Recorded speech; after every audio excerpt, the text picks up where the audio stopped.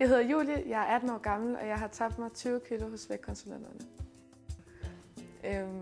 Jamen, jeg var blevet mobbet og var træt af at være overvægtig, og så en dag, der synes jeg bare, at det var nok, og så besluttede jeg mig for at starte hos vægtkonsulenterne. Jeg valgte vægtkonsulenterne, fordi at i deres program er det helt almindelig mad, som man spiser, og man kommer ikke til at sulte. For mig der virkede det rigtig godt at opstille nogle delmål for mig selv. Og mit første delmål, det var for eksempel at tabe mig 10 kilo inden min 18-års fødselsdag. Og da jeg nåede min 18-års fødselsdag, havde jeg tabt mig 14 kilo.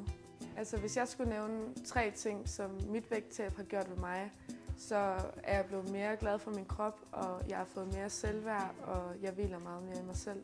Min vægtkonsulent, hun hjælper mig rigtig meget igennem hele mit forløb.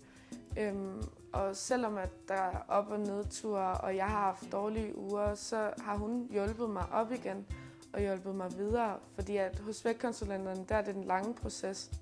Den største fordel ved mit vægttab, det er, at jeg har fået det helt fantastisk med mig selv.